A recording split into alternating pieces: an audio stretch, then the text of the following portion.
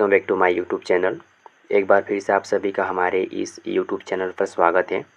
आज हम आपको एक मोस्ट इम्पॉर्टेंट टॉपिक के बारे में बताऊंगा। यह जो टॉपिक है हम जनरली स्टडी करते हैं सेल बायोलॉजी के अंतर्गत।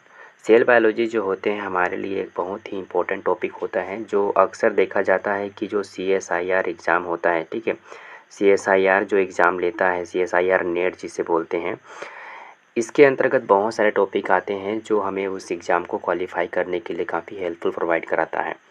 आप हमारे इस चैनल पर कंटिन्यू बने रहिए। मैं आपको एक एक करके जो सेल बायोलॉजी हैं, सेल बायोलॉजी जैसे कि आप मान लीजिए MSc कर रहे होंगे, MSc बॉटनी कर रहे होंगे, तो वहाँ आपको सेल बायोलॉजी एक पेपर ही है जिसको आपको स्टडी करना होता है। और BSc पढ़ रहे होंगे तो BSc में भी आपको सेल बायोलॉजी पढ़ना होता है। तो उसके अनुसार मैं आपको यहाँ पर स्टडी कराऊंगा। तो देखिए, आपके लिए एक इम्पोर्टेंट यानी कि मोस्ट इम्पोर्टेंट टॉपिक है structure organization of typical plant cell. तो इसके बारे में आज हम इस वीडियो के माध्यम से पूरी डिस्कस करेंगे। तो आप हमारे चैनल को लाइक, सब्सक्राइब, कमेंट जरूर करें, देन अपने दोस्तों के साथ भी शेयर कर लें, क्योंकि यह जो वीडियो होने वाला है आपके लिए बेहद ही खास होने वाला है। इसे आप ध्यान से समझिए एंड नोट भी करते जाइए, क्योंकि आपको एक नोट के रूप में मैं यहाँ पर आपको प्रोवाइड कराने की कोशिश करूँगा। तो सबसे पहले हम देखते हैं कंटेंट। तो कंटेंट में हम बात करते हैं कि डिफिनेशन क्या होते हैं, इसके बाद इनका डिस्कवरी कैसे हुआ, और देखते हैं कि सेल थ्योरी क्या होते हैं और सेल क्या होता है, ठीक है। और बात करेंगे कि टाइपिकल ऑफ प्लांट सेल यानी कि सेल कितने प्रकार के होते हैं उसके बारे में डिस्कस करेंगे। प्लांट सेल ऑर्गेनेल्स क्या होते हैं और list of plant cell organelles क्या होते हैं, कौन कौन सी लिस्ट यानी कितने प्रकार के ऑर्गेनेल्स होते हैं, उनको हम लिस्ट के रूप में तैयार किए हैं, ठीक है। तो उसको आपको आगे की स्लाइड में कंटिन्यू देखने को मिलेगा। अल्ट्रा स्ट्रक्चर ऑफ सेल यानी कि जो सेल होते हैं उनको अगर हम माइक्रोस्कोप द्वारा हम स्टडी करें तो हमें कौन कौन से पार्ट देखने को मिलते हैं, उनके बारे में हम स्टडी करते हैं। अब बात करते हैं कि जो प्लांट सेल होते हैं उनका ऑर्गेनेल्स विथ फंक्शंस की। तो लास्ट टाइम आपको उनके फंक्शन और डायग्राम के थ्रू आपको देखने को मिलेगा। तो आप हमारे चैनल पर कंटिन्यू बने रहें एंड बिना स्किप किए आप अपने दोस्तों को भी शेयर करें एंड आप नोट कॉपी लेकर के ही बैठें, ताकि इसे आप नोट भी कर सकते हैं। यदि आपको PDF की ज़रूरत हो तो हमारे टेलीग्राम चैनल पर ज्वाइन करें। नीचे डिस्क्रिप्शन पर देख सकते हैं टेलीग्राम का लिंक होगा, वहाँ से आपको PDF अवेलेबल करा दिया जाएगा। तो चलिए आगे बढ़ते हैं हमारे टॉपिक की ओर। यूनिट फर्स्ट, ठीक है। इसी तरह हम सेल बायोलॉजी के अंतर्गत जो MSc पढ़ने वाले बच्चे होंगे उनको हम सभी वीडियो के डिफिनेशन क्या होते हैं हम बात करते हैं। सेल बायोलॉजी के अंतर्गत अगर हम सेल बायोलॉजी के according plant and animal cell की जो संरचनात्मक संगठन होते हैं यानी कि स्ट्रक्चरल ऑर्गेनाइजेशन होते हैं उनका अध्ययन किया जाता है। और यह जो होते हैं सेल डिफरेंट पार्ट जैसे कि सेलुलर ऑर्गेनेल्स एंड स्ट्रक्चर या कोशिका के अंग और संरचनाएं आपस में व्यवस्थित रूप से जुड़े होते हैं और सभी जीवित क्रियाओं को संचालित या मेंटेन करते रहते हैं, ठीक है। और कोशिका जो होते हैं जीवन की संरचनात्मक और कार्यात्मक इकाई के रूप में होती हैं। इसे इंग्लिश में बोलते हैं basic structural and functional unit of life. सभी जीव और ऑर्गेनिज्म एक से अधिक कोशिकाओं या सेल से मिलकर बने होते हैं। कोशिका सेल के अंदर संगठन यानी कि ऑर्गेनाइजेशन यह सुनिश्चित करता है कि सभी जैविक क्रियाएं जो होते हैं बायोलॉजिकल एक्टिविटी सही तरह संचालित हो रही है। कि मान लीजिए हम आगे प्लांट सेल्स की बात करें, यहाँ सेल है, ठीक है। यहाँ पर संगठन यानी कि एक जगह जुट होना, बहुत सारे सेल्स क्या होते हैं आपस में एक जगह जुट कर यानी कि जुड़े हुए रहते हैं। और यहाँ अलग अलग पार्ट्स के सेल देखने को मिलते हैं, अलग अलग टाइप्स के, ठीक है। बहुत प्रकार के डिफरेंट टाइप्स के देखने को मिलते हैं, लेकिन इनका जो फंक्शन होते हैं वह किसी एक कार्य को सुनिश्चित कराने के लिए ही करते हैं, ताकि उनको आगे फर्दर हम वो कंटिन्यू उनका फंक्शन को कराया जा सके। तो इसके लिए संगठन या ऑर्गेनाइजेशंस की आवश्यकता होती है जो सेल क्या करते हैं, उन्हें प्रोवाइड कराते हैं और बायोलॉजिकल एक्टिविटी को सही तरह से संचालित करते हैं, ठीक है। यहाँ तक आपको समझ में आया। अब आगे देखते हैं। अगर हम बात करें सेल बायोलॉजी को बोलते हैं साइटोलॉजी। और साइटोलॉजी शब्द जो होते हैं ग्रीक शब्द में हम कायोटस बोलते हैं। कायोटस यानी कि सेल होता है और सेल जो होते हैं हलाउ स्पेस और वेसल के रूप में होते हैं। अगर हम दूसरे वर्ड में बात करें, दूसरे शब्द में बात करें, लोगस अर्थात होता है कि स्टडी करना, ठीक है। अब हम बात करते हैं इनके डिस्कवरी की, ठीक है। डिस्कवरी में अगर हम जनरली देखें तो फादर ऑफ साइटोलॉजी यानी कोशिका विज्ञान के जनक कौन है? रॉबर्ट हुक को जाना जाता है। रॉबर्ट हुक ने क्या किया था, रॉबर्ट हुक एक साइंटिस्ट थे जिन्होंने कोशिका भित्ति यानी कि जो सेल वाल होते हैं युक्त जो मृत कॉर्क यानी कि जो डेथ कॉर्क थे यानी कि मरे हुए कॉर्क थे, उन सेल्स का अवलोकन किया और इन्हें प्रथम वैज्ञानिक माना जाता है जिन्होंने कोशिका का अवलोकन किया था। ठीक है। और अगर वहीं बात करें हम फादर ऑफ सेल बायोलॉजी की, तो कोशिका विज्ञान के जनक के रूप में हम जानते हैं जॉर्ज एमिल प्लाडे को। अगर हम इंडिया की बात करें, ठीक है, इंडिया की बात करें, father of cell biology in India की, भारत में कोशिका जीव विज्ञान के जनक कौन है, तो प्रोफेसर अरुण कुमार शर्मा को जाना जाता है। ठीक है। अब हम देखते हैं इनके सेल थ्योरी। एक्चुअल में सेल थ्योरी क्या होते हैं इनके बारे में हम डिस्कस करते हैं, और सेल थ्योरी जो है इन्हें कौन कौन से साइंटिस्ट थे जिन्होंने सेल थ्योरी को दिया था। सेल थ्योरी बायोलॉजी का एक मूल सिद्धांत है जो यह बताता है कि सबसे छोटी एवं मूल इकाई के रूप में होती है। ठीक है। यह थ्योरी के अकॉर्डिंग हम विभिन्न प्रकार के पौधों के टिश्यू का अध्ययन एम जे एक साइंटिस्ट थे, एम जे सिलिडेन, जिन्होंने 1838 में, और इसी प्रकार एक थियोडोर नामक यानी कि ब्रिटिश के एक थियोडोर सवान नामक एक साइंटिस्ट थे जिन्होंने 1839 में विभिन्न प्रकार के एनिमल सेल्स का अध्ययन किया और दोनों ने मिल करके एक सिद्धांत दिया जिसे कोशिका सिद्धांत या सेल थ्योरी कहते हैं। जो एम जे सिलेडन नामक जो साइंटिस्ट थे इन्होंने प्लांट सेल्स का स्टडी किया और एनिमल सेल्स का स्टडी थियोडोर सावन नामक एक साइंटिस्ट थे ब्रिटिश के, उन्होंने एनिमल सेल्स की स्टडी किया। दोनों ने मिल करके एक सिद्धांत दिया जिसे सेल थ्योरी कहते हैं। इस सिद्धांत के अनुसार इन्होंने यह बताया कि जो कोशिकाएं होती हैं जीवित होती हैं तथा सभी जीव जो होते हैं कोशिकाओं के बने होते हैं, अर्थात कोशिका शरीर की संरचनात्मक इकाई होती हैं। ठीक है। और दूसरा, यह कोशिकाएं जो होती हैं पूर्ववर्ती यानी कि जो पहले से जो सेल्स मौजूद थे उनके डिवीज़न के द्वारा ही बनती हैं। तो इन्हें मल्टी सेलुलर या फिर मल्टी ऑर्गेनिज्म में होने वाली समस्त क्रियाएं जो होती हैं कोशिकाओं में ही होने वाली समस्त क्रियाओं के परिणाम स्वरूप ही संपन्न होती हैं। तो इस बेस पर उन्होंने सेल थ्योरी सिद्धांत को दो साइंटिस्ट ने मिल करके दिए थे और जिसे हम सेल थ्योरी के रूप में जाना जाता है। अब हम बात करते हैं सेल क्या होता है। ठीक है। सेल क्या होता है जनरली देखिए, सेल सभी जीवों की संरचनात्मक क्रियात्मक और जैविक इकाई या structural functional and biological unit of all living organism होते हैं। यह जीवन की सबसे छोटी इकाई या स्मॉलेस्ट यूनिट, मानी कि सेल थ्योरी हमने देखे थे कि इन्हें यूनिट्स यानी स्मॉलेस्ट यूनिट के रूप में जाना जाता है।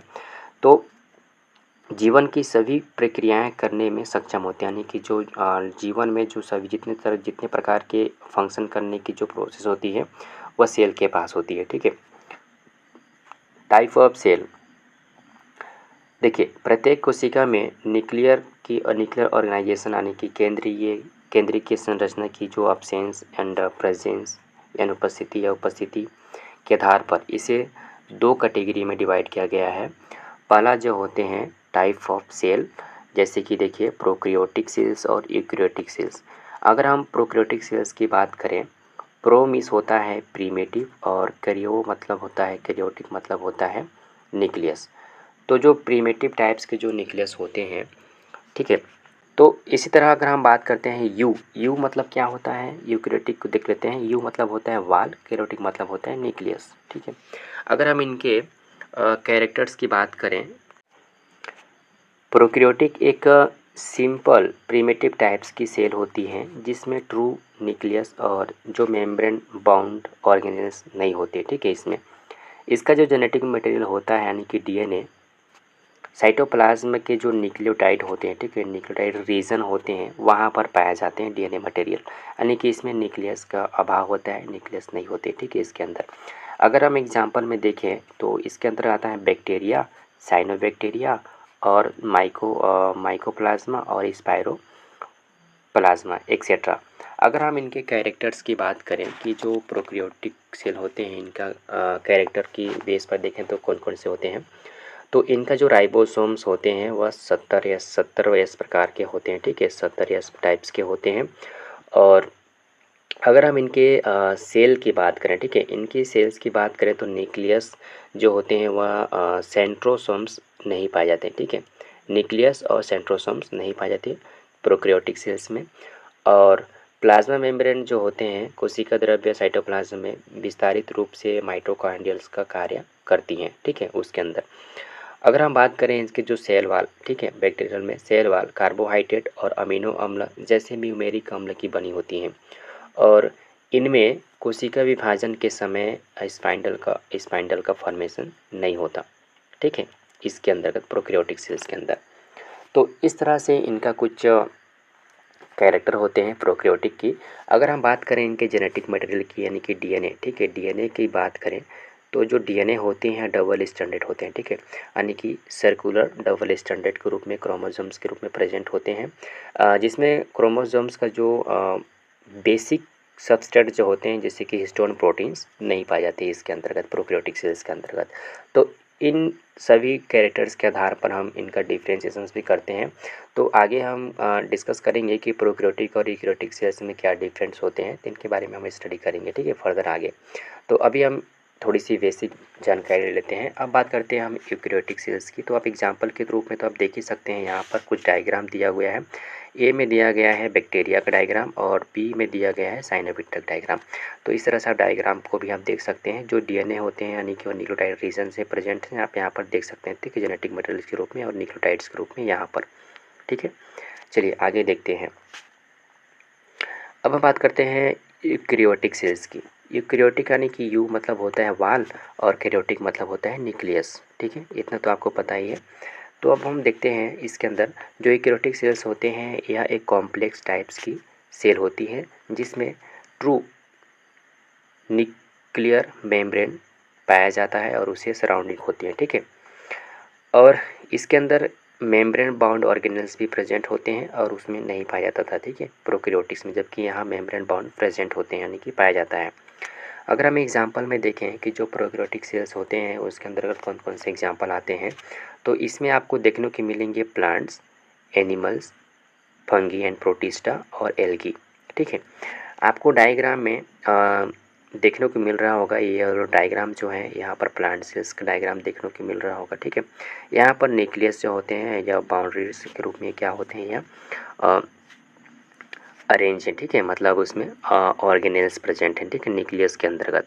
तो यहाँ पर आपको nuclear four, nuclear involve form और न्यूक्लियोलस और न्यूक्लियोप्लाज्मा प्रेजेंट देखने को मिल रहा होगा, ठीक है। अगर हम बात करें वहीं एनिमल सेल्स की, ठीक है, एनिमल सेल्स की बात करें तो अगर हम इनके भी डिफरेंस देखें एनिमल सेल्स और प्लांट सेल्स के अकॉर्डिंग तो काफ़ी डिफरेंस देखने को मिलता है। तो हम आगे की स्लाइड में हम आगे की वीडियो में देखेंगे, अभी इस वाले वीडियो में हम इसका डिस्कशन नहीं करेंगे, आगे की वीडियो में डिस्कस करेंगे। अभी हम इनके कॉमन कैरेक्टर्स के बारे में जान लेंगे, ठीक है। तो इस तरह से आप देख सकते हैं यहाँ पे निकला तो मेम्ब्रेन बाउंड ऑर्गेनेल्स जो होते हैं यहाँ से आप देखेंगे तो इस तरह से न्यूक्लियर फोर, ठीक है, न्यूक्लियोलस और न्यूक्लियोप्लाज्मा, न्यूक्लियस और इन्वॉल्व, ठीक है, न्यूक्लियस प्रेजेंट है, ओके।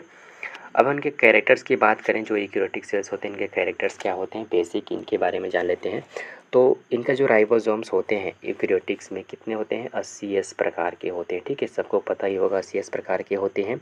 लेकिन बैक्टीरिया, वायरस और बैक्टीरियोफेज तथा ब्लू ग्रीन एल्गी को छोड़ करके जो सभी ऑर्गेनिज्म होते हैं वह यूकैरियोटिक्स के अंतर्गत आते हैं, ठीक है। और इनकी जो सेल वाल होती हैं वह पूर्ण विकसित होती हैं तथा सेलुलोज की बनी होती हैं, ठीक है। और इनका जो क्रोमोसोम्स होते हैं वह न्यूक्लिक अम्ल या फिर हिस्टोन प्रोटीन्स का बना होता है और इनकी कोशिकाओं में केंद्रिका या फिर न्यूक्लियस तथा सेंट्रोसोम्स पाए भी जाते हैं, ठीक है, जबकि प्रोकैरियोटिक सेल्स में नहीं पाया जाता था लेकिन इसमें पाया जा रहा है। सेंट्रोसोम्स की उपस्थिति के कारण इनके जो सेल डिविजन्स की प्रोसेस होती है तो उस समय स्पाइंडल फाइबर का फॉर्मेशंस भी होता है जबकि उसमें नहीं हो रहा था, ठीक है। ये सारे इनके डिफरेंस हैं।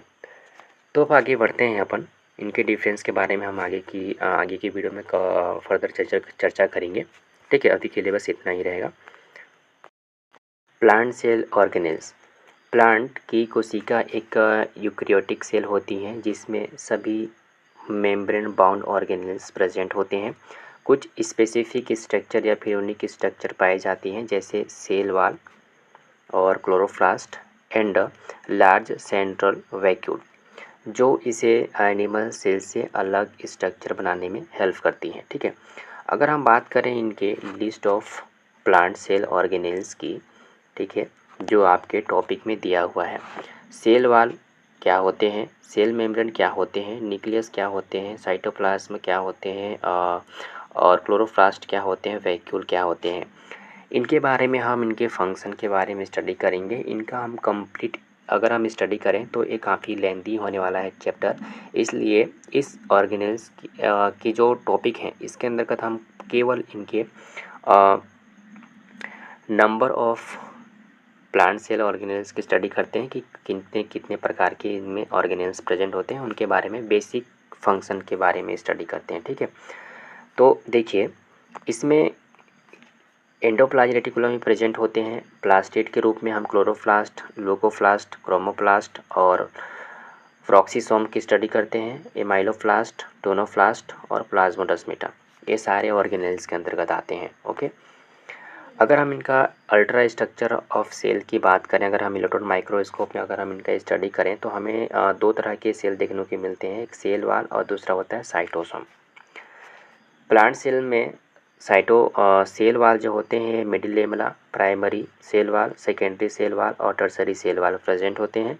जबकि साइटोसोम की बात करें तो इसमें प्रोटोप्लाज्म और सेल मेम्ब्रेन, प्लाज्मा मेम्ब्रेन, और वहीं अगर प्रोटोप्लाज्म की बात करें तो इसमें न्यूक्लियस और वहीं के अंदर हम साइटोप्लाज्म प्रेजेंट होता है। साइटोप्लाज्म देखिए तो हाइलोप्लाज्म नॉन लिविंग और इंक्लूजन होते हैं, इसमें रिजर्व मटेरियल जो रिजर्व करने का काम करते हैं। ठीक है, सेकेंडरी मटेरियल्स और एक्सेसरी मटेरियल्स, तो इनके बारे में हम आगे कंटिन्यू स्टडी करेंगे। ट्रोपोप्लास्ट क्या होते हैं, प्लाज्मा लिविंग इंक्लूजन होते हैं जिसमें mitochondria, plastid, Golgi complex, endoplasmic reticulum, ribosome, lysosome, centrioles, microbodies etcetera आते हैं इसके अंतर्गत। ठीक है, ट्रोपोप्लाज्मा। न्यूक्लियस के अंतर्गत हम बात करते हैं तो इसमें न्यूक्लियोप्लाज्मा, न्यूक्लियर शेप, क्रोमेटिन जो होते हैं दो तरह के बने होते हैं, प्रोटीन्स के और न्यूक्लिक एसिड के। न्यूक्लिक एसिड कंटेंट करते हैं डीएनए आरएनए के रूप में, और वहीं अगर प्रोटीन्स की बात करें तो हिस्टोन प्रोटीन और नॉन हिस्टोन प्रोटीन्स आपने ऑक्टामर डीएनए हिस्टोन प्रोटीन्स के बारे में स्टडी करेंगे तो आप इस समय हिस्टोन और नॉन हिस्टोन के फंक्शन के बारे में कंप्लीट डिस्कस कर पाएंगे। ठीक है, क्रोमेटिन नेट क्रोमोसोम्स में देखते हैं इसको। अगर हम न्यूक्लियोप्लाज्म की बात करें तो इसमें एक होता है क्रायोलेंफ और न्यूक्लियोलस। ठीक है, इतना सारे आपको इलेक्ट्रॉन माइक्रोस्कोप के स्टडी के दौरान देखने को मिलेंगे, एग्ज़ाम के पॉइंट ऑफ से काफ़ी इंपॉर्टेंट है, आप इसको एग्ज़ाम में बना भी सकते हैं या कॉपी नोट में भी बना सकते हैं। ठीक है, आगे बढ़ते हैं। अब देखते हैं अपन plant cell organelles with function, मतलब इनके फंक्शन क्या होते हैं, हर एक ऑर्गेनेल्स मतलब हर एक पार्ट का हम स्टडी करेंगे यहाँ पर, और थोड़ा सा उनके फंक्शन के बारे में बात करेंगे। एग्ज़ाम में आता है तो आप इस तरह से डायग्राम बनाइए, थोड़ा सा फंक्शंस वगैरह को लिख करके छोड़ दीजिए। ठीक है, आपको कंप्लीट नंबर मिल जाएगा। अब देखिए फंक्शन क्या होते हैं। सेल वाल की बात करें तो cell wall provide rigidity, protection and the shape, कोशिका को कठोर और सुरक्षा और आकार प्रदान करता है, यानी कि प्रोटेक्शन प्रोवाइड कराने का काम करता है उसके अंदर मौजूद सेल को। ठीक है, ताकि उन्हें किसी भी प्रकार से हार्म ना पहुंचे। तो सेल वाल का ये सारे फंक्शंस होता है। आगे बात करते हैं अपन सेल मेम्ब्रेन की। सेल मेम्ब्रेन क्या होते हैं, देखिए सेल मेम्ब्रेन का जो फंक्शंस की बात करें का डायग्राम आप देखेंगे किस तरह से होते हैं सेल मेम्ब्रेन। ठीक है, आउटर साइड में सेल मेम्ब्रेन, यहाँ पर cell membrane regulate entry exist और सब्सटेंस, मतलब कोई भी सब्सटेंस आता है उन्हें एंटर करने का और बाहर भेजने का काम कौन करता है, सेल मेम्ब्रेन करता है। ठीक है, इसके अंतर्गत बाहर और अंदर, बाहर अंदर, बाहर अंदर ऐसा करने का कुछ काम करते रहता है। तो पदार्थों की आगमन आने जाने की प्रक्रिया को नियंत्रित करती है सेल मेम्ब्रेन। ठीक है, न्यूक्लियस की बात करें, इनकी केंद्र क्या करते हैं, देखिए इनके function. Nucleus and control cell activities, content genomic material DNA, कोशिका की गतिविधियों को नियंत्रित करता है, और यह जेनेटिक मटेरियल यानी कि डीएनए का भी निर्माण करता है, यानी कि इस एरिया में क्या करते हैं, डीएनए मटेरियल का निर्माण करते हैं, जेनेटिक मटेरियल का फॉर्मेशंस करने का काम करते हैं, न्यूक्लियस के अंतर्गत होता है। ठीक है, तो इस तरह की एक्टिविटी यहाँ पर चलती है। अब बात करते हैं अपन साइटोप्लाज्म क्या होते हैं, देखिए साइटोप्लाज्म एक अर्ध द्रव जेली जैसा पदार्थ होता है जो कोशिका झिल्ली या सेल मेम्ब्रेन और न्यूक्लियर के बीच पाया जाता है। ठीक है, यह कोशिका या सेल की इंटरनल एक्टिविटी के लिए एक आवश्यक माध्यम होता है, मीडियम होता है। ठीक है, उनकी एक्टिविटी के लिए आवश्यक माध्यम होता है। यहाँ पर आप डायग्राम देखने को मिल रहा होगा ना, ये सारी चीज़ें क्या हैं यहाँ पर, ये हैं सीधे साइटोप्लाज्म। ठीक है, आवश्यक माध्यम प्रोवाइड कराते हैं। अब हम बात करते हैं इनके क्लोरोप्लास्ट की। क्लोरोप्लास्ट क्या होते हैं? फंक्शंस कैरियर आउट फोटोसिंथेसिस, मतलब इसमें फोटोसिंथेसिस की प्रोसेस होती है इसके माध्यम से। तो यहाँ पर आपको लेमिनी देखने को मिलेंगे और एक होता है ग्रेना, ठीक है, और थाइलाकोइड्स भी देखने को मिलते हैं। ये सब फोटोसिंथेसिस की प्रोसेस में इन्वॉल्व होते हैं। ठीक है, अब यहाँ देखिए आपको वैक्यूल सेंट्रल, यह वैक्यूल है और यहाँ का आउटर मेम्ब्रेन को आपको देखने को मिलेंगे, तो इसे बोलते हैं अपन टोनोप्लास्ट। क्या बोलते हैं? टोनोप्लास्ट। टोनोप्लास्ट वैक्यूल के आउटर मेम्ब्रेन होते हैं और इनका फंक्शन होता है जल पोषक तत्व अपशिष्ट संग्रह करना और तने हुए दबाव को बनाए रखना, अपशिष्ट और हानिकारक पदार्थ संचित करता है, रासायनिक संतुलन बनाए रखता है और सुरक्षात्मक यौगिक को भी रखता है, जैसे डिफेंस और पीएच बैलेंस को मेंटेन करके या रखते हैं। स्टोरेज वाटर न्यूट्रिएंट्स को भी क्या करते हैं? स्टोर करके रखने का काम करते हैं वैक्यूल। माइटोकांड्रिया। माइटोकांड्रिया का फंक्शंस क्या होता है? देखिए, mitochondria generally mitochondria double membrane bound organelles होते हैं और ये पावर हाउस के रूप में जाना जाता है। सेल ऑर्गेनेल्स क्या करते हैं? या जनरेट करते हैं एनर्जी के रूप में एटीपी देते हैं। ठीक है, तो माइटोकांड्रिया एक दोहरी झिल्ली से घिरा हुआ कोशिकांग होता है जो कोशिका का एक शक्ति गृह या पावर हाउस कहा जाता है, जो एटीपी के रूप में ऊर्जा उत्पन्न करता है। माइटोकांड्रिया का यह सारा फंक्शन होता है। अब हम देखते हैं इनमें एंडोप्लाज्मिक रेटिकुलम। एंडोप्लाज्मिक रेटिकुलम क्या होते हैं? देखिए function, endoplasmic reticulum synthesize and transport protein and lipid, protein lipid synthesis या डिटॉक्स कैल्शियम स्टोरेज, वसा संश्लेषण डिटॉक्स कैल्शियम भंडारण या स्टोरेज, प्रोटीन और वसा का निर्माण और परिवहन करने का कार्य करते हैं, ट्रांसपोर्ट कराने का काम करते हैं यह एंडोप्लाज्मिक रेटिकुलम। ओके, अब बात करते हैं गोल्जी एपरेटस। गोल्जी एपरेटस क्या होते हैं? देखिए function, Golgi apparatus modifies package and transport protein, protein को संशोधित कर पैक करने का और ट्रांसपोर्ट करने का कार्य करते हैं एंडोप्लाज्मिक रेटिकुलम। ओके, इनका ये फंक्शन हो गया। अब आगे बात करते हैं राइबोसोम। राइबोसोम क्या होते हैं? यहाँ पर डॉट डॉट देखने को मिलते होंगे। राइबोसोम छोटे छोटे पार्टिकल्स के रूप में होते हैं। ठीक है, फंक्शन, राइबोसोम प्रोटीन सिंथेसिस, यानी कि राइबोसोम्स का फंक्शन होता है प्रोटीन सिंथेसिस करने में। ओके, अब हम बात करते हैं इनके प्लास्टिड की। प्लास्टिड क्या होते हैं? देखिए प्लास्टिड टाइप्स, प्लास्टिक के टाइप देख लेते हैं। तो etioplast, chromoplast, chloroplast, leucoplast, amyloplast, elaioplast, प्रोटीनोप्लास्ट। इनका फंक्शन होता है प्लास्टिड का फोटोसिंथेसिस, स्टोरेज और पिगमेंटेशंस, यानी कि फोटोसिंथेसिस की जो प्रक्रिया में भाग लेते हैं और पिगमेंट का फॉर्मेशंस करने में इन्वॉल्व होते हैं। ठीक है, इनका यह काम होता है। और अगर ये माइलेज कुछ काम इसके हम आगे कंटिन्यू डिस्कस करेंगे कि एक्चुअल में इनके जो टाइप्स हैं इनका क्या क्या आगे चल के फंक्शन होते हैं। ठीक है, तो जनरली हम प्लास्टिड की बात करें तो यह प्लास्टिड जो होते हैं फोटोसिंथेसिस और स्टोरेज करने में और पिगमेंटेशंस प्रोवाइड कराने में इन्वॉल्व होते हैं। एमाइलोप्लास्ट की बात करें तो एमाइलोप्लास्ट स्टोरेज स्टार्च का स्टोर करने का काम करते हैं। प्लाज्मोडेस्माटा, प्लाज्मोडेस्माटा क्या होता है? प्लाज्मोडेस्माटा इनकी फंक्शन की बात करें, यहाँ पर एक सेल है। ठीक है, यहाँ पर एक सेल है और बीच में सेल एक जॉइंट आपको देखने को मिल रहा होगा। ये जॉइंट आपको अलग से डायग्राम बना हुआ है। ठीक है, यहाँ से इस वाले एरिया को बोलते हैं प्लाज्मोडेस्माटा, यानी कि दो सेल को आपस में जॉइंट करके रखने का काम करते हैं plasmodesmata. Plasmodesmata channel between the plant cell for communications, कोशिका के बीच एक दूसरे को आपस में जोड़ने का कार्य करती हैं प्लाज्मोडेस्माटा। ओके, तो दोस्तों आपको वीडियो कैसा लगा हो, अच्छा लगा हो तो हमारे चैनल को सब्सक्राइब करें एंड लाइक करें। हमारा है चैनल आर्यस बायोलॉजी 2.4। ठीक है, यदि आपको इसका PDF चाहिए तो हमें टेलीग्राम पर फॉलो करें एंड हमारे टेलीग्राम को ज्वाइन करें, वहाँ आपको PDF अवेलेबल हो जाएगा। तो चलिए मिलते हैं नेक्स्ट वीडियो में। आज के लिए इतना ही। उम्मीद करते हैं आपको यह वीडियो अच्छा लगा हो तो हमारे चैनल को सब्सक्राइब करें, देन अपने दोस्तों के साथ भी शेयर करें। तो चलिए मिलते हैं अगले वीडियो में। इसी तरह आपको हर एक यूनिट का वीडियो आपको मिलता जाएगा और उनका नोट्स, ठीक है। तो चलिए मिलते हैं। Thank you.